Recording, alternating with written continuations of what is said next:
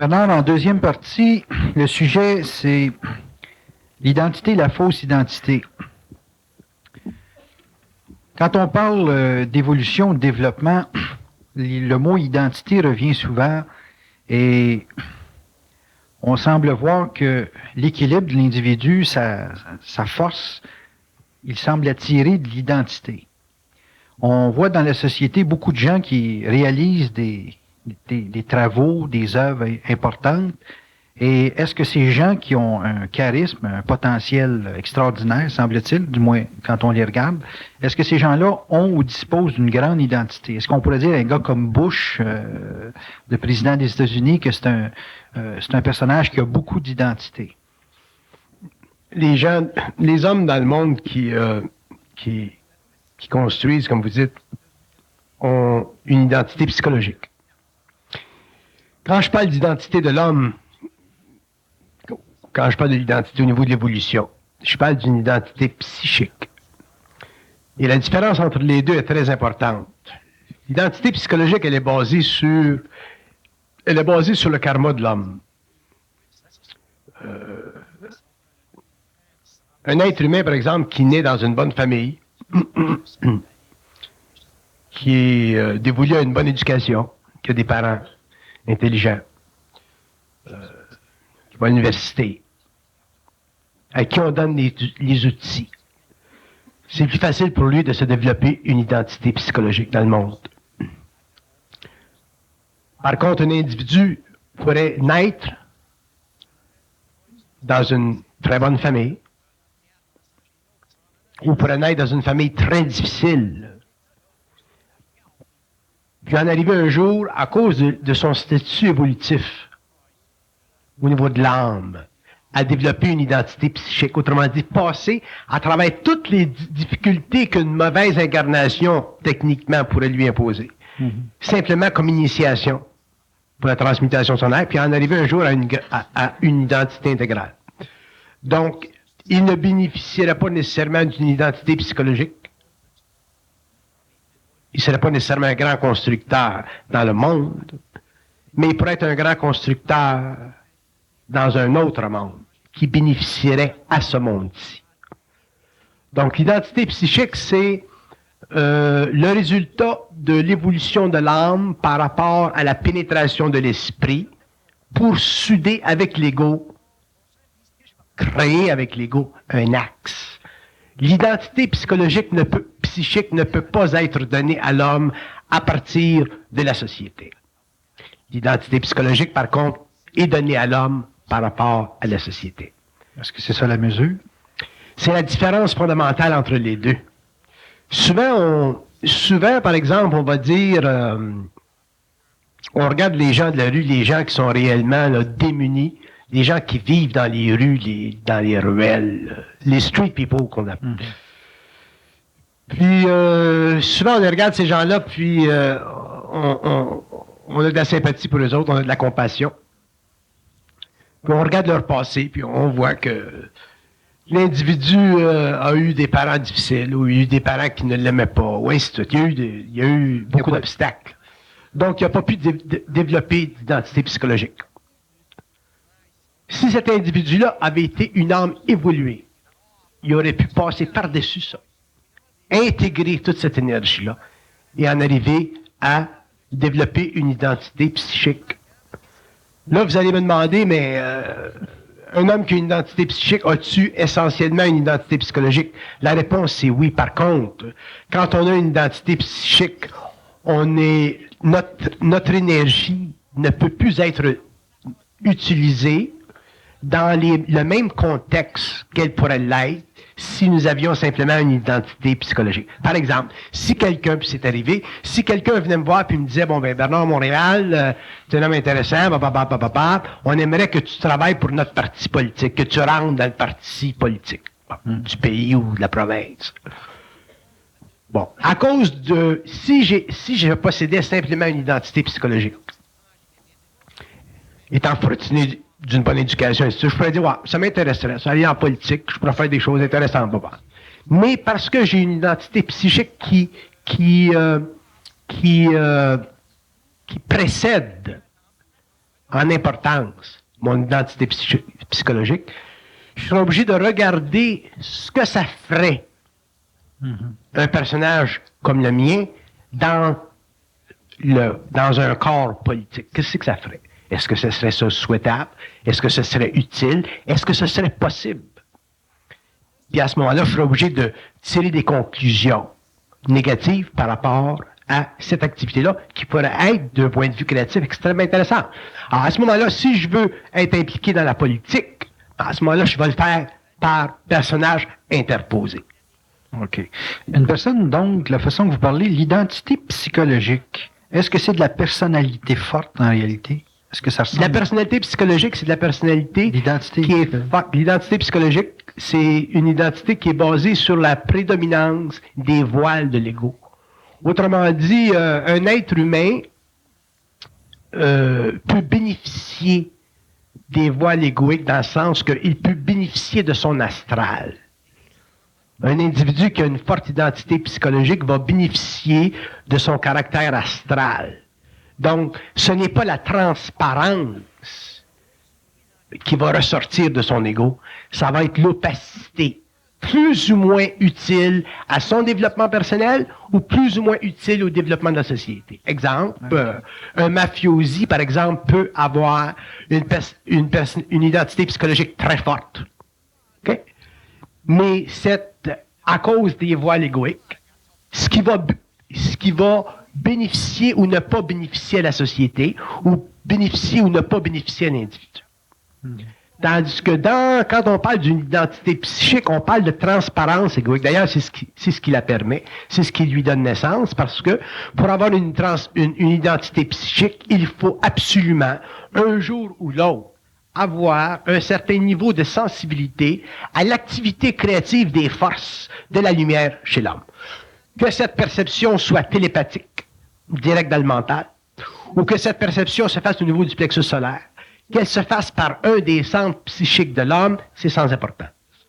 Mais que l'homme soit conscient de l'activité des plans invisibles à travers sa vie, qu'il en soit conscient au niveau des signes, qu'il en soit conscient au niveau des signatures dans l'action, dans tout le mouvement subtil des événements dans la vie, ça nécessite ceci pour qu'il ait une identité psychique. Tu ne peux pas avoir une identité psychique si tu n'es pas concerné, conscient, quelque peu avec la réalité objective des plans. Naturellement, plus l'homme sera conscient des plans, plus l'homme aura une relation télépathique mentale objective avec les plans, pour même en arriver un jour à pouvoir voir à travers ses yeux éthériques les plans, autrement dit les entités extraordinaires qui évoluent dans ces mondes-là. Ça fait partie de l'évolution de l'homme, ça fait partie de l'évolution cosmique de l'homme. Mais vous ne pouvez pas avoir une identité psychique sans être conscient à un niveau quelconque des plans. Sinon, vous avez une identité psychologique qui peut être très utile à l'évolution de l'homme, qui fait partie de l'involution de l'humanité, qui peut faire de vous un grand être, dans le sens positif du terme, ou un grand être, dans le sens négatif du terme. On peut dire que Saddam Hussein a une identité psychologique négative. Il y a une identité psychologique négative. Ça fait partie de son karma, ça fait partie du karma de la nation, ça fait partie même du karma de la planète, et ainsi de suite. Donc, c'est très important de voir la différence entre les deux. Maintenant, on peut raffiner ceci, puis dire que certains individus ont une identité psychique, occulte, négative, qui influe sur leur identité psychologique. On peut prendre des êtres, par exemple, des figures, des personnages antichristiques comme Hitler, qui ont été très très près des sciences occultes en Allemagne, qui étaient très sensibles à l'invisible, qui ne l'affirmaient pas en public, mais qui le confirmaient en privé, et qui le vivaient dans leur privé. Et cette identité psychique, occulte, négative, astrale, influait sur leur identité psychologique et leur donnait le pouvoir. Donc, quand on parle d'identité psychique, il faut faire bien attention, parce que ça peut être une identité qui relève de la relation entre l'astral et l'ego, ce qui est le cas dans les cas avancés de Hitler ou le type aux États-Unis, là, Noriega. le type qui a tué Sharon Tate, Manson. Manson, où vous avez une identité psychique de très haut niveau, où vous avez un individu, un homme qui est en contact mental, télépathique, conscient avec les plans. Quand on regarde ça, on voit que les réalisations n'ont pas les mêmes objectifs. Est-ce que l'individu qui est en voie de se développer une identité psychique, qu'on qualifiera de positive... Non, il ne faut pas la qualité de positive, Non. l'identité psychique. L'identité psychique devrait être créative. Elle est créative. Elle peut être créative négative, OK. ou elle peut être créative, point final. Il n'y a pas d'identité psychique créative positive. Un homme qui serait, par exemple, en contact avec le plan astral au niveau de son identité psychique aurait seulement deux voies. Il aurait une voie vers la possession, qui l'amènerait inévitablement vers la négativité de l'acte, ou il aurait une voie créative, à un niveau plus ou moins élevé, mais créatif. Un médium qui est en contact avec les hauts plans de l'astral et qui aide les hommes, c'est un être qui est créatif. Il n'est pas nécessairement positif, parce que positif implique une attitude égoïque, alors que le médium, lui, dans sa conscience médiumnique, n'a pas d'attitude. D'ailleurs, c'est ce qui lui donne conscience médiumnique. Il n'y a pas d'attitude dedans. S'il y avait de l'attitude dedans, sa médiumnité deviendrait, avec le temps, une médiumnité négative. Donc, on ne peut pas parler de positif dans l'identité psychique, parce que positif implique une certaine forme de spiritualité, une certaine forme de bien qui serait astralisable éventuellement et qui deviendrait encore régi par les lois du mensonge. Donc, un médium qui traite avec une entité objectivement qui appartient à la conscience astrale d'une autre personne, dont il étudie le corps, et dans une possibilité de sensibilité par rapport à l'entité dont il étudie le rapport avec la personne sous étude. Donc, ce n'est plus lui qui est en cause, c'est l'entité de l'autre. Okay. Ce qui lui permet d'avoir accès à l'entité de l'autre, c'est son auto-vibratoire. Et ce auto-vibratoire-là n'est pas tellement personnalisé. Donc, on ne peut pas lui donner la qualité de positivité parce que ça ne fait pas partie d'une vertu, ça fait partie d'un don. OK. Cette identité-là, est-ce qu'elle se développe ou est-ce qu'on l'a? Est-ce que c'est quelque chose, cette identité psychique-là? Est-ce que c'est là, embryonnaire à la naissance et que ça s'éveille au cours de la vie ou c'est quelque chose qu'on doit développer? Ça fait partie du plan de vie, ça. Donc, on l'a à la naissance. C'est à la naissance, ça. Ça fait partie du plan de vie. De dire qu'on l'a à la naissance, c'est pas suffisant. Pour qu'une personne en arrive un jour à une identité psychique avec les plans, il faut qu'au cours de son évolution, au cours de ses vies, il ait développé une capacité de supporter cette vibration-là. Donc, il faut qu'il ait traité pendant son expérience ancestrale avec des niveaux quelconques d'astralité, parce que pendant l'évolution, l'homme ne traitait pas avec le mental cosmique. L'homme traitait dans la mesure la plus élevée avec les hauts plans de l'astral. Ça faisait partie de l'involution, ça faisait partie des mystères de l'involution, ça faisait partie de la magie de l'involution, de la conscience tribale de l'involution. Donc, ces expériences-là accumulées, une personne, par exemple, qui, durant la période atlantéenne, aurait été un sorcier ou un docteur, et ainsi de suite, et qui serait revenu au cours de l'évolution en Égypte ou en Grèce ou aux Indes, et qui aurait rapporté avec lui la mémoire de ces expériences-là, dans un temps comme le nôtre aujourd'hui, où l'homme passe à l'âge du Verseau, où le contact avec le plan mental se fait d'une façon intégrale sur la Terre, serait apte à posséder suffisamment d'expérience astrale nocturne pour pouvoir intégrer dans un corps matériel aujourd'hui au 20e siècle et poursuivre son évolution, mais par rapport à d'autres plans. Donc, ça ne fait pas partie nécessairement, on ne peut pas dire nécessairement qu'il est né avec ça. Mm-hmm. Il porte en lui ça depuis longtemps et il ramène ça à sa naissance et au cours de son évolution terrestre, il va venir un jour en contact avec des expériences ou avec des notions ou avec des sciences qui vont allumer cette mémoire endormie-là et lui donner une nouvelle vie, une nouvelle conscience. Bon, est-ce qu'à ce moment-là, la personne qui a une identité psychologique, c'est une personne qui, dans une vie, a simplement à développer comme une sorte de force astrale face à un aspect d'une programmation. Oui. C'est strictement ça. C'est comme Oui. s'il passait dans la vie pour développer une facette. Il vit de l'expérience de l'âme. De l'âme, Il vit c'est ça. fortement de l'expérience de l'âme. Et son expérience peut servir à la société ou desservir la société, ce qui fait partie du karma de la société et ce qui fait partie de son karma à lui. Tandis que dans le cas de l'évolution vers une conscience psychique, l'individu sort, se libère du karma de la société et il se libère automatiquement du sien. Parce que pour que l'homme se libère de son karma personnel, il faut qu'il se libère des notions, autrement dit des sciences, des attitudes mentales, psychologiques, de la connaissance, par rapport à son moi égoïfié à l'intérieur de l'évolution.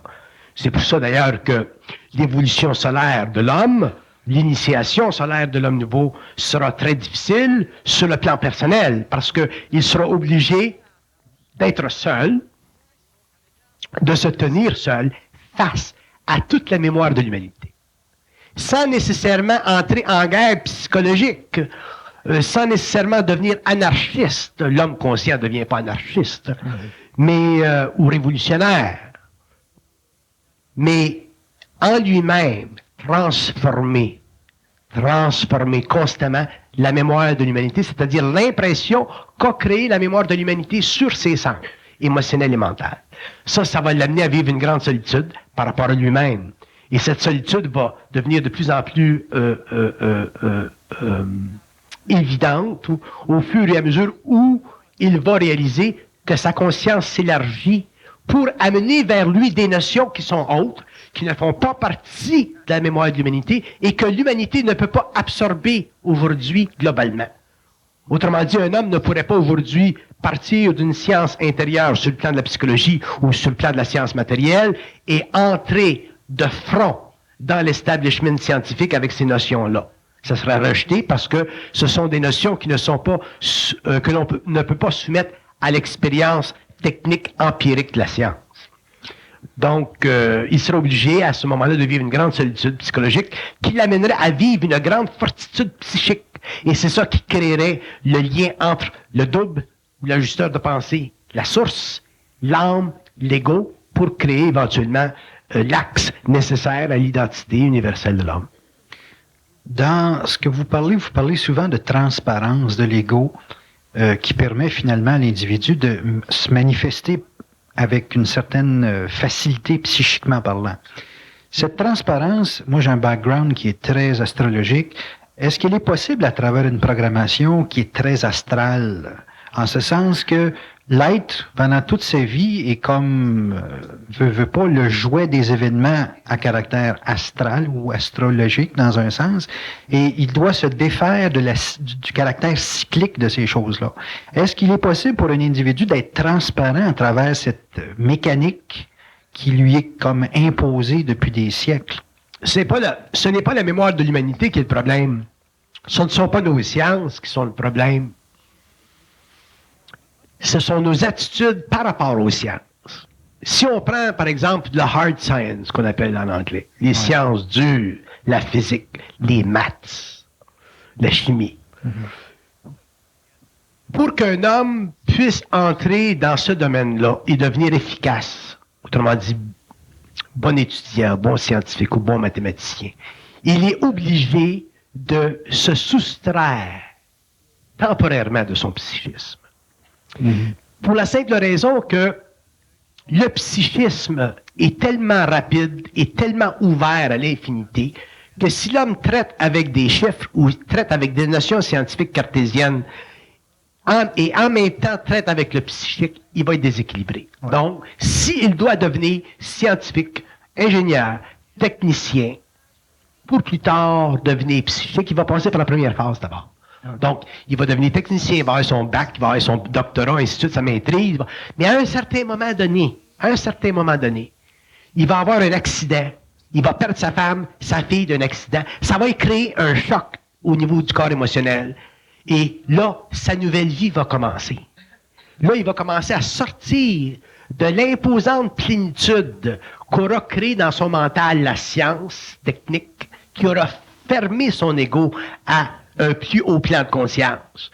Et là, il vivra effectivement un grand bouleversement dans sa vie qui pourra durer quelques années et un jour revenir à la technique, revenir à la science, mais cette fois-ci éclairé, c'est-à-dire capable d'apporter à cette science matérielle cartésienne rigide, logique, des notions beaucoup plus fluides. Je vous donne un exemple. On prend par exemple Hawkins en Angleterre qui travaille à Cambridge, le physiciste Hawkins. Le type, probablement qu'on dira dans quelques années qu'il était plus grand que Einstein ou équivalent à Einstein. On a fait des articles sur lui un peu partout, même dans le Time Magazine. Mais si on regarde si on regarde l'homme, l'individu en tant que physicalité, il est totalement malade. Il subit une maladie congénitale, de sorte que son cerveau fonctionne à la planche, mais son corps est mort. Donc, pour pouvoir aller chercher des notions d'espace temporel, de monde temporel, de black holes, d'extra-temporanéité, il est obligé de perdre une certaine quantité de son énergie qui nourrirait son corps matériel pour que tout ceci reste au niveau du mental. Mais comme il a déjà un PhD, comme il est déjà reconnu comme étant très compétent dans les sciences de fond, et qu'il est très malade physiquement, on accepte son extrapolation imaginaire dans le monde de la science, qui devient pour lui et pour d'autres scientistes qui sont près de lui un exposé probable de ce que l'on pourra découvrir et un jour scientifiser dans un certain avenir. Donc Hawkins, dans un sens, est un médium instructeur qui vit très près du plan mental, mais pour pouvoir bénéficier de cette proximité avec le plan mental à l'intérieur d'une structure matérielle biologique dense, il faut qu'il perde sa faculté physique. Alors que si Hawkins faisait partie de l'évolution, ce qui n'est pas le cas, il aurait pu garder son corps matériel en très bon état, garder son corps mental dans l'état où il est et participer à l'évolution de la science ou de la physique moderne, tout habillé, normal. Ceci pour expliquer que, à partir du moment où l'homme vient en contact ou viendra en contact avec les plans, il vivra probablement certains chocs au niveau de l'énergie. Et dépendant où il se situe dans la hiérarchie du travail, dans la hiérarchie de la connaissance, s'il doit, comme dans le cas de Hawkins, imprimer dans le monde de la science une nouvelle vertu qui permet au mental humain d'extrapoler sur des dimensions qui ne sont pas amenables aujourd'hui à la vérification technique ou scientifique, mathématique, il sera obligé de perdre certaines facultés. C'est pour ça que l'homme nouveau vivra une sorte de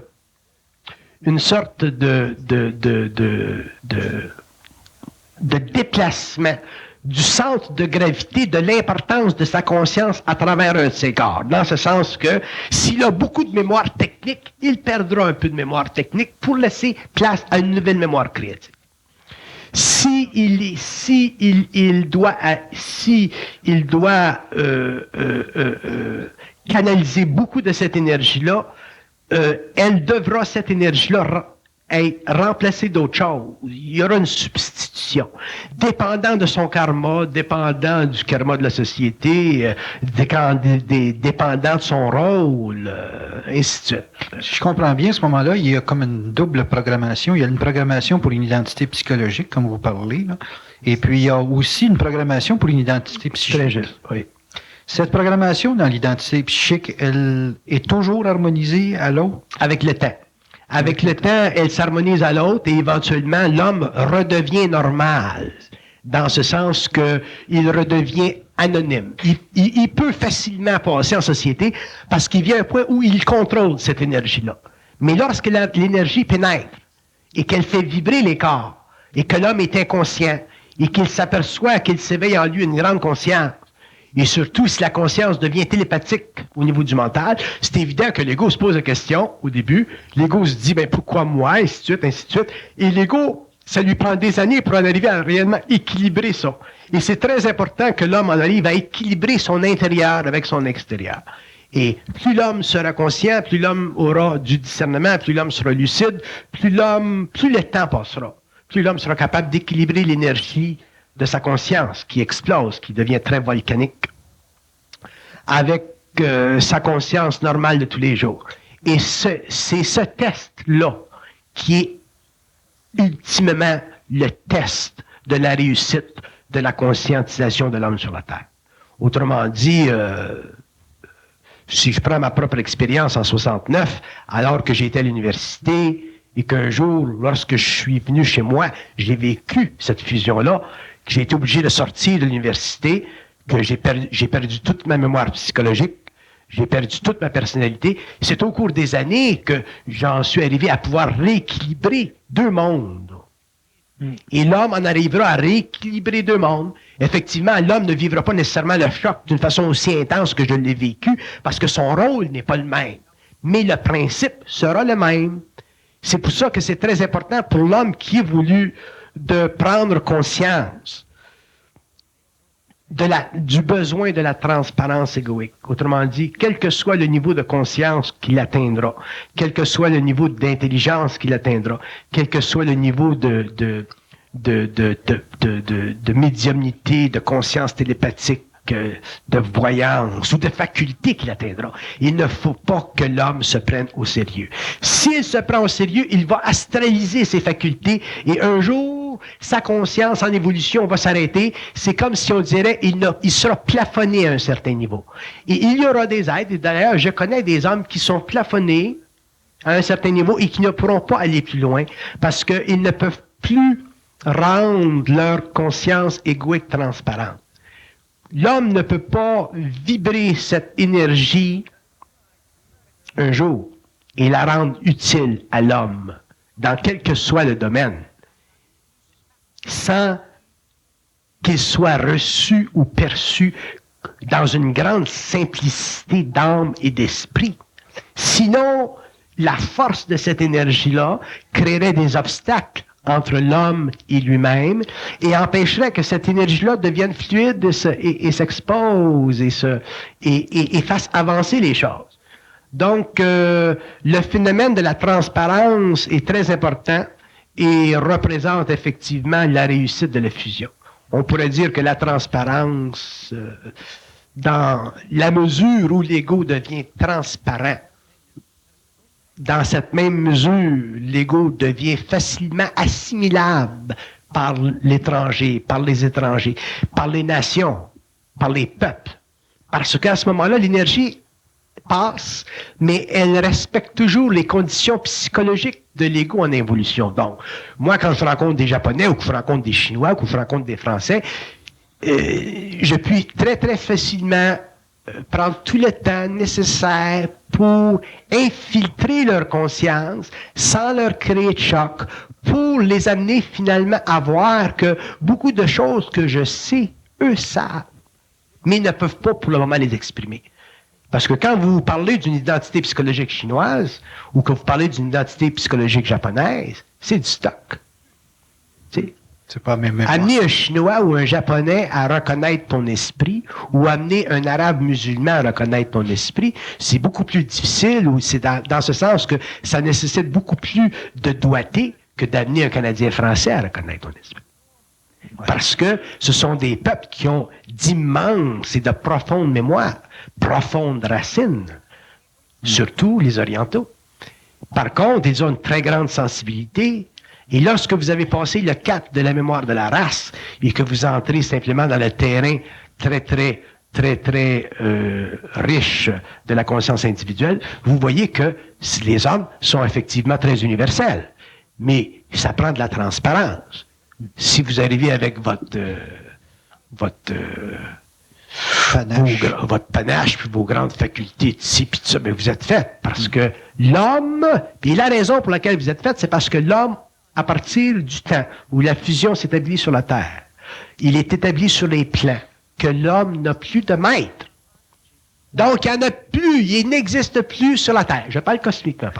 Il n'existe plus sur la Terre d'hommes qui ont la capacité d'imposer à l'homme leur volonté. Je parle cosmiquement. Ouais. Temporellement, oui, ça existe encore. Ça existera encore pendant des générations, que des hommes imposeront à d'autres hommes ou à d'autres nations leur volonté. Parce qu'il y a deux choses dans la vie qui ne s'imposent pas. Le réel et l'absolu. Le réel, c'est indiscutable. Donc, si l'homme est réel et amène à l'homme du réel, c'est à l'autre de vérifier le réel par lui-même. Donc, moi, je peux pas aller en France puis dire aux Français ou à des médiums en France, bon, ben écoutez, je suis Bernard de Montréal, blablabla. Mais je peux aller en France, m'asseoir dans un petit coin, d'une salle, puis avoir des médiums qui vont venir par attraction vers ma personne, et là, me parler et m'expliquer. À ce moment-là, les gens par eux-mêmes viennent en contact de ma réalité à travers leur réalité. Donc, nous sommes universellement connectés. Là, ensuite, on peut travailler ensemble. Donc, l'homme ne pourra pas demain imposer sur l'homme sa réalité.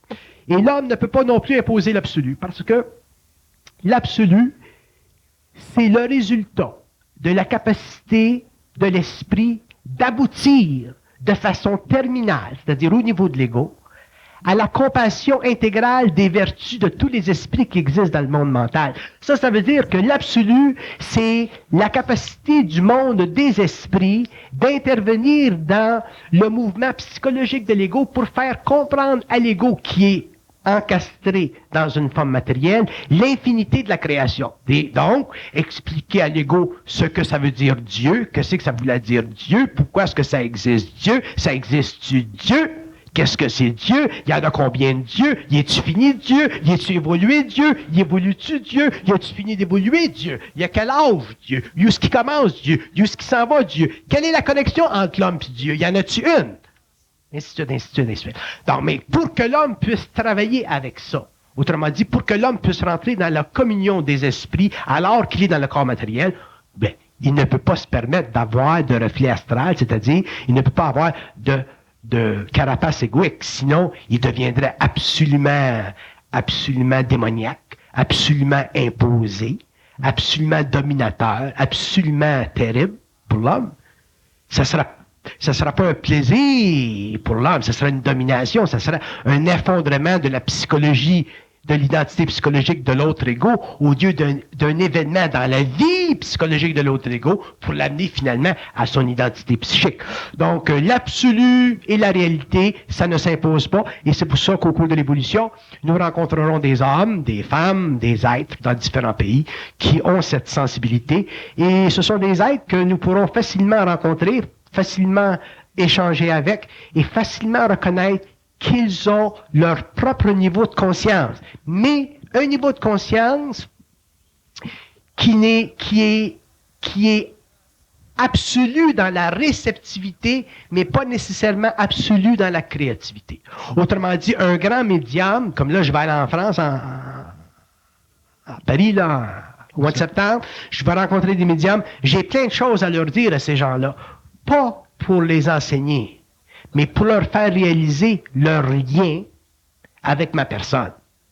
Une fois que ces gens-là vont réaliser leur lien avec ma personne à travers leur propre plan, à travers leurs propres contacts, qui sont universels, ces gens-là pourront facilement élever leur vibration, puis pour aller plus loin dans leur travail. C'est ça la fonction de l'instruction que je dois faire. Ce n'est pas d'amener ou d'aller en France et d'imposer des notions à ces gens-là. Parce que ces notions-là sont d'ordre vibratoire. Elles ne sont plus d'ordre psychologique. Ces gens-là sont suffisamment intelligents, conscients, canalisants pour voir par eux-mêmes et pour pouvoir établir une relation à ce que je vais leur dire et ce qu'ils savent ou ce qu'ils peuvent aller chercher. Par contre, la différence est au niveau de la créativité. Il y a des choses à cause de la fusion que je peux dire, que je peux aller chercher, que l'homme ne peut pas pour le moment, parce que la fusion n'est pas universalisée sur le plan matériel. La fusion aujourd'hui sert au niveau de de la fusion instantanée dans la concordance de tous les plans. Elle sert simplement à une chose, à éliminer du monde de la science universelle toutes les données qui font partie de la mémoire de la race. C'est la seule raison pour la fusion. Sinon, ça n'aurait pas été nécessaire que je vive une fusion aussi ardue. J'aurais pu évoluer comme l'homme évolue au cours des générations. Mais la fusion était nécessaire sur le plan d'instantanéité pour éliminer complètement la mémoire, pour que je puisse rentrer dans une autre mémoire et amener des notions à l'homme pour élever sa vibration, pour que lui, avec le temps, puisse aussi rentrer dans cette mémoire-là. Donc, la créativité n'est pas la même, mais la réceptivité est la même. Si vous parlez à un médium qui est un médium instructeur et vous l'écoutez, vous ne pouvez pas ne pas le trouver intelligent. Bon, vous parlez de transparence tout à l'heure, vous parlez d'intelligence. Est-ce que pour être intelligent, il faut inévitablement passer par une perte majeure dans la vie? Vous avez perdu la mémoire, vous parliez d'Alkins qui a perdu quasiment sa physicalité. Est-ce que tous les gens qui ont accès à cette transparence, à cette intelligence, doivent absolument perdre quelque chose de fondamental dans leur vie? On perd une certaine mémoire. Il y a beaucoup de notre mémoire qui est inutile. Il y a beaucoup de notre mémoire qui est pas utile.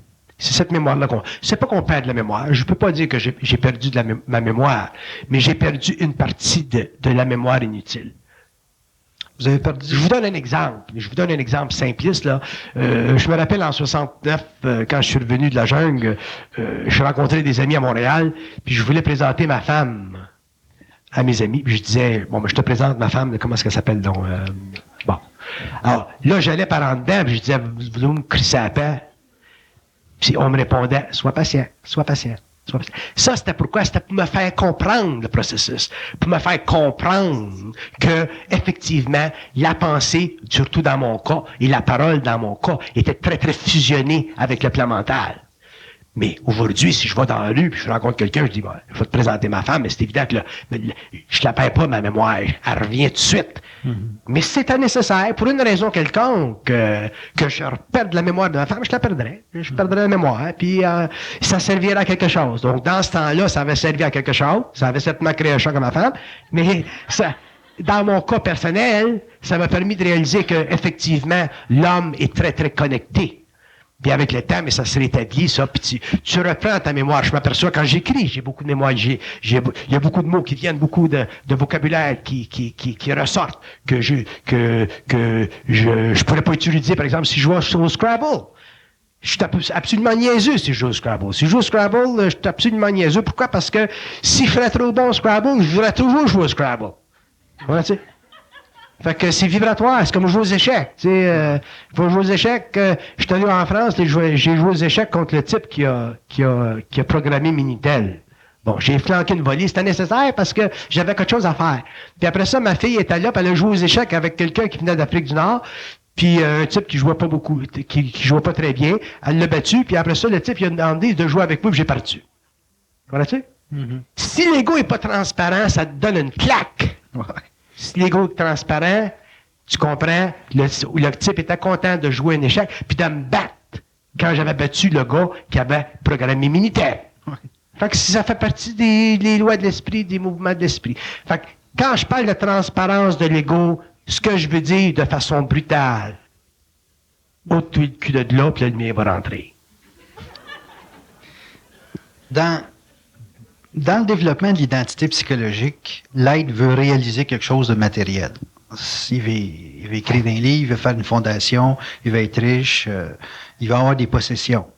Mais vous avez demandé en 69 à ces forces, c'était quoi leur rôle? Ils vous ont dit, c'est pas de vous rendre intelligent, c'est de vous éclairer. Est-ce que l'individu transparent, l'individu qui a accès à son identité psychique, est-ce que c'est un individu qui n'a pas d'autre fonction dans la vie que d'éclairer? Il n'y a pas d'autre choix que de devenir intelligent. Tu deviens de plus en plus intelligent au fur et à mesure que ton taux vibratoire change. Ouais. Comme des fois, je suis à la maison, là, puis je dis quand est-ce que je vais devenir un petit peu plus intelligent? Ils disent en 2-3 semaines. Puis dans 2-3 semaines, là, effectivement, mon taux vibratoire change. Puis là, je donne une conférence ou un séminaire, là, puis je vais encore plus loin, puis je vais encore plus loin. Mais ça, c'est devenir plus intelligent. Autrement dit, rentrer plus dans l'intelligence. Mais il y a un timing pour ça. Tu peux pas, au niveau de l'ego, vouloir dire des choses en 91 que tu es supposé dire en 92 ou en 95 ou en 96. Il y a un timing. Donc, devenir intelligent dans le sens de la conscience supramentale, ça fait partie de l'évolution de ta conscience. Ça fait partie, dépendant de ton travail aussi, ça fait partie de tes conditions dans le monde. Il y a des choses dans le monde que je peux dire, il y a des choses dans le monde que je peux pas dire, il y a des choses que je peux pas dire à la télévision, puis il y a des choses que je peux dire à la télévision. Donc, ça dépend de la fonction, parce que si tu vas trop vite, mais au lieu d'aider, tu retardes. Donc, si l'ego est transparent, il en arrive à accepter ça. Puis d'ailleurs, devenir transparent sur le plan de l'ego, c'est en arriver avec le temps, c'est pas facile, en arriver avec le temps à pouvoir accepter l'indomptabilité du plan mental. L'indomptabilité. Ouais. En voulant dire, la source, l'ajusteur de pensée, le double, le grand mot, appelez ça comme vous voulez, appelez ça le chien, s'il vous plaît. Le chien, il n'y a rien à faire avec. Ce sont réellement des chiens. Parce qu'ils ont toujours raison. L'intelligence, c'est très intelligent. La lumière, c'est très intelligent. Ces êtres-là n'ont jamais eu d'incarnation, ils n'en auront jamais, ils n'en veulent pas, c'est pas leur rôle. Leur rôle, c'est d'amener l'homme à une très, très grande union ou communion avec eux. Ces êtres-là sont dans des temps qui ne font pas partie des incarnations des planètes ou des mondes. Donc, c'est très intelligent de l'intelligence. Quand vous dites c'est très intelligent. Il y a des êtres, il y a de ces êtres-là qui ont plus d'expérience que d'autres. Par exemple, parce que là, si on catégorise ces êtres-là, bon, on est obligé pour le moment d'utiliser les contextes des théologies anciennes. Alors, dans le monde, dans ces mondes-là, tu as des chérubins, tu as des séraphins, tu as des anges, tu as des archanges, tu as toutes sortes de mondes, tu as toutes sortes de hiérarchies. Fait que quand tu dis, quand ton ajusteur de pensée, c'est un chérubin, bon, tu as un certain niveau d'expérience. C'est toujours de la lumière, mais il y a un certain niveau d'expérience. Séraphin, c'est un autre niveau d'expérience. Quand tu es rendu que ton ajusteur de pensée, c'est un archange, j'ai plus grand-chose à le dire, c'est bien évolué. Donc, leur contact avec l'homme est très, très étudié depuis très longtemps. Ils ont beaucoup d'expérience. Ils connaissent l'âme, ils connaissent l'être. Donc, l'homme s'aperçoit au cours de l'évolution, d'ailleurs, c'est ça qui fait partie de son initiation solaire, qui est très difficile, il s'aperçoit qu'ils ont toujours raison. Puis ils ont toujours raison, puis ils ont toujours raison, puis ils ont toujours raison. Fait qu'un jour, tu réalises qu'ils ont toujours raison anyway. Fait que là, t'es rendu bien transparent. T'sais. Fait que de l'ego, puis de l'orgueil, puis de la vanité, puis toutes les vertus cardinales, là. Les vertus du cardinal, on les a plus, on les a perdues. T'sais. Fait que c'est un petit peu ça. Alors, quand vous parlez d'intelligence, vous semblez pas parler d'une intelligence comme nous autres, je parle pas d'intellect. Quand je parle d'intelligence, je parle pas d'intellect. L'intellect, c'est la qualité astralisée de l'intelligence universelle. Ça fait partie de l'expérience de l'âme, l'intellect. Un bon physiciste va faire des armes nucléaires ou va faire des armes biologiques, qui est très bon, il est au bout, mais il est guidé à partir du plan astral par une âme qui travaille avec lui. Mm-hmm. Tandis que si tu avais le même physiciste qui travaillait dans le même domaine ou dans un domaine technique quelconque, puis qui était en contact avec le plan mental, il ne pourra pas faire ça. Mm-hmm. Il fera d'autres choses. Il fera une science créative utile à l'humanité. Donc, la science sur la Terre aujourd'hui, c'est une science astrale, elle fait partie des forces alimaniennes sur la Terre, du contrôle des forces alimaniennes sur la Terre. Et avec l'évolution dans l'autre temps, la science sera universelle, cosmique, elle viendra du plan mental, puis elle sera totalement haute. La science nouvelle sera totalement haute, totalement différente de ce qu'elle existe aujourd'hui. Mm-hmm. Mais quand vous dites... Donc, il y a une différence entre l'intellect et la conscience mentale créative. L'intellect, c'est relié étroitement à la mémoire, alors que la science créative du mental n'est aucunement reliée à la mémoire. Elle crée une nouvelle mémoire. Quand on parle de la conscience supramentale de l'homme sur la Terre, on parle d'une conscience créative qui établit, qui dessine une nouvelle mémoire, qui n'est plus la mémoire des âmes qui n'est plus la mémoire astrale de l'humanité, reliée à l'expérience de l'humanité, mais qui fait partie de la mémoire cosmique universelle. Bon. Quand vous dites que vous voulez être plus intelligent, de notre point de vue, nous autres, on dit c'est assez. Mais de votre point de vue à vous, vous exigez quelque chose de différent de ce qu'on peut regarder. Parce que pour nous qui vous regardez ou qui vous écoutez parler, ce qui est là comme matériel ou ce qui est avancé comme matériel, c'est assez. C'est dans le sens qu'il y a une suffisance. Mais la façon dont vous parlez, vous semblez aller chercher quelque chose d'autre dans le thème d'être plus intelligent. Bon, c'est quoi cet élément-là? Parce que c'est plus là, on parle plus d'habileté, là. Bon, c'est parce que quand je parle tellement en public, qu'il vient un temps que j'atteins un certain plateau vibratoire. OK. Bon, c'est pas les connaissances qui m'intéressent. C'est pas que je parle de ci ou de ça qui m'intéresse. Parce que la connaissance ou la science, ça vient de la vibration. C'est de la vibration que j'ai besoin. Quand j'ai la vibration, à ce moment-là, je peux rentrer dans la science. Si j'ai pas la vibration, je peux pas rentrer dans la science. C'est le taux vibratoire de la vibration qui détermine la limite de ce que je peux dire. OK. Fait qu'il vient un temps là, que je suis tanné de parler à un certain niveau. Bon, à ce moment-là, je vais aller en dedans, je vais dire, quand est-ce que je vais devenir intelligent? Ils vont dire dans 2 mois, dans 3 semaines, dans 2 semaines. Fait que dans 2 semaines, mon taux vibratoire change. Fait que quand je vais en conférence ou en séminaire ou quoi que ce soit, ou si j'écris, je vais aller plus loin dans l'affaire. Je vais parler plus profondeur. Si vous me demandez à soir de parler des alertes, je vais en parler à un certain niveau. Puis à un certain niveau, là, à un certain point, je ne peux pas aller plus loin. Mais si vous me demandez de parler des alertes dans 3 mois, je vais aller encore plus loin parce que mon taux vibratoire va avoir changé. Puis c'est à travers le taux vibratoire qui contrôle ce que je dis dans le monde, ce que je peux dire dans le monde, ou ce que je peux pas dire dans le monde. Votre double, il vous envoie un changement vibratoire à partir de quelle base? C'est-à-dire, qu'est-ce qui détermine qu'il peut vous envoyer un autre, qui peut vous donner un autre taux vibratoire? Je vais vivre un changement vibratoire à travers une certaine souffrance. Donc, il faut absolument souffrir ou perdre quelque chose? Faut que je vive une souffrance. Je peux me cogner la tête dans la porte. Là, je viens en crise. Parce que c'est pas normal de me cogner la tête dans la porte. Tu sais que là, je me cognais les dents tout à l'heure. Mais si je m'étais cogné les dents dans un autre temps, j'aurais pu être bien fâché. Ouais. Là, c'est parce que j'étais en public. Fait que la vibration n'a pas sorti. Mais si j'avais été à la maison, faire ça, j'aurais mangé le micro. Tu sais. Fait que ça change mon taux vibratoire. Parce qu'il faut qu'il y ait un échange. Je suis willing de souffrir jusqu'à un certain point, mais il faut qu'ils me donnent. Sans ça, je deviendrais esclave des autres. Okay. Puis comme je connais bien toute la game occulte du mental, et ainsi de suite, je vis plus ma relation avec eux autres n'est plus une verticalité. Là. C'est plus eux autres puis moi. C'est eux autres puis moi. Puis ils savent ça. Fait qu'autrement dit, par exemple, là, je m'en vais en France, puis je veux pas aller en France. Je suis pas intéressant à aller en France. Je suis bien au Québec, j'aime ça au Québec. Faut que je prenne des avions pour rencontrer du moment. Je suis pas intéressé à aller en France. Par contre, c'est bien intéressant que j'aille en France. Parce que je peux vibrer bien gros en France. Puis je peux arriver avec des choses en France que j'ai jamais dit au Québec, et ainsi de suite. Bon. Fait que c'est vibratoire. Fait que je vibre. C'est comme quand tu manges quelque chose de bon. OK? Mm-hmm. Mais pour aller en France, je leur ai dit, pour aller en France, faut que eux autres m'ouvrent la porte. Fait qu'au Québec, c'est moi qui ai ouvert la porte. En 78. J'ai souffert, j'ai ouvert la porte. Bon. J'étais pas connu au Québec en 78. J'étais un drôle de moineau. Bon. Fait que je suis pas intéressé à aller en Europe puis recommencer ce que j'ai fait au Québec. Je l'ai fait une fois au Québec, puis un homme comme moi, ça recommence pas 2 fois.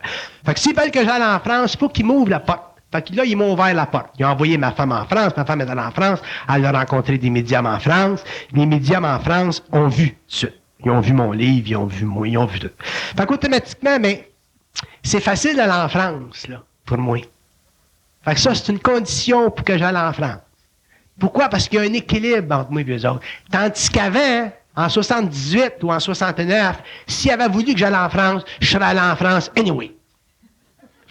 Il m'aurait mis dans l'avion pour aller en France. Mm-hmm. Il aurait fusionné mon corps, je ferais marcher à l'aveuglette, je ferais arriver à Dorval, c'est comme ça que ça marchait dans ce temps-là. Mm-hmm. Fait que j'avais pas la force. Je connaissais pas la game. Je pouvais pas m'obstiner avec eux autres. C'était trop fort. Mais aujourd'hui, qui mange la merde, je vais aller en France si je veux, puis si je veux pas, j'irai pas. Fait que s'ils veulent que j'y aille, il faut qu'ils m'ouvrent les portes. Puis quand je dis ouvre les portes, ça veut dire qu'en France, quand je vais arriver, il faut que le monde me voie. Je veux pas arriver là pour commencer à donner des petits séminaires comme j'ai fait ici, puis travailler pendant des années à élever le taux vibratoire d'un certain nombre de personnes. Fait qu'il faut que les gens soient prêts. Fait que là, ça a l'air qu'ils sont en train de faire ça. Fait qu'il y a des possibilités que j'aille en France, puis je vais décider ça à la dernière minute. Puis il faut pas qu'ils m'écœurent trop, parce que s'ils m'écœurent trop, j'irai pas en France. Fait que c'est moi qui rentre. Fait que c'est ça l'intégration d'énergie. Bon, fait que faut pas que je me pète les dents sur le microphone trop souvent.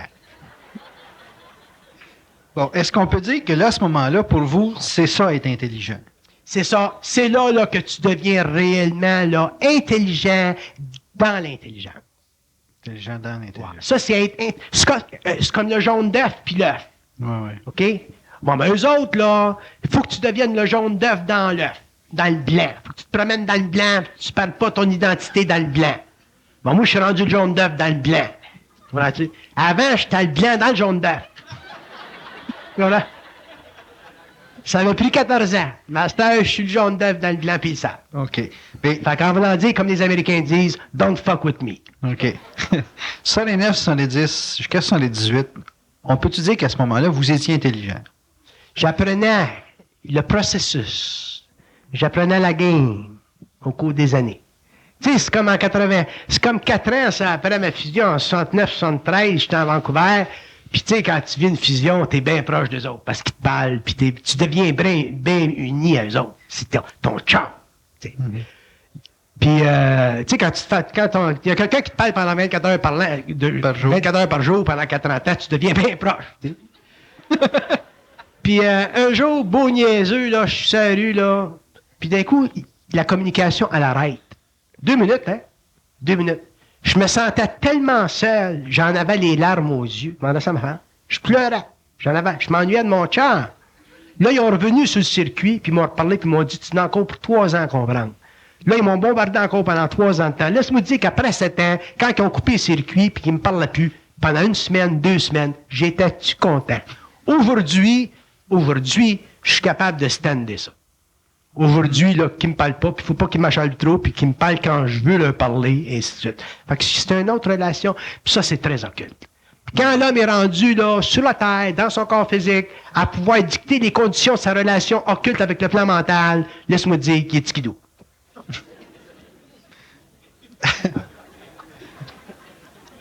Dans le temps de votre fusion, parce que là, moi, j'ai des questions j'ai des questions d'avenir là, que je garde. Dans le temps de votre fusion, aviez-vous de l'identité psychique? J'avais de l'identité psychique, oui. OK. Une fusion, c'est de l'identité psychique instantanée, puis c'est de la fragmentation de l'identité psychologique instantanée. Tu perds ta personnalité instantanément. Okay. Tu rentres dans ta personne instantanément. Par contre, tes corps ne sont pas équilibrés. OK. Ça prend des années. Vous aviez de l'identité psychique, mais vous n'étiez pas encore assez intelligent. Vous aviez encore le blanc dans le jaune. Pour un individu dans la rue, là, arriver à son identité psychique, ça a l'air d'être du travail, ça a l'air d'être bien de la souffrance, en tout cas. Les hommes ont toute leur souffrance. Tu sais, je dis toujours, un petit verre d'eau, c'est aussi plein qu'un grand verre d'eau. OK? On continue que ce soit de l'eau. Donc, c'est tout de l'eau. Fait que quand tu as un petit verre d'eau qui est plein, c'est aussi plein qu'un grand verre d'eau. Elle, si elle souffre, elle en a jusqu'ici. C'est aussi intense pour elle que ça peut l'être pour moi. Mm-hmm. C'est le volume qui change, mais c'est la même chose. Quand elle arrive à son top, elle arrive à son top. Vous le savez, vous les avez, vos souffrances dans la vie. Quand vous êtes à votre top, c'est votre top. Fait qu'il n'y a personne qui peut dire, bon, ben, moi, j'ai un plus gros top que toi. C'est rien, ton affaire. Pour toi, c'est beaucoup. Mm-hmm. Puis pour l'autre, c'est beaucoup. Fait que chaque homme a sa mesure. Chaque être humain a sa mesure de souffrance. L'initié qui vit une fusion instantanée a sa grande mesure de souffrance, c'est ce qui fait de lui un initié, ainsi de suite. Par contre, l'homme, le commun des mortels, qui vit une conscientisation, qui vit de plus en plus un rapprochement avec sa source, vit une souffrance qui est à la mesure de ce qu'il peut prendre. Bon, la personne... Même, d'ailleurs, je l'ai toujours dit, l'homme, le commun des mortels a plus de mérite dans l'évolution de sa conscience que l'initié. Parce que l'initié en fusion, il ne peut pas se décourager.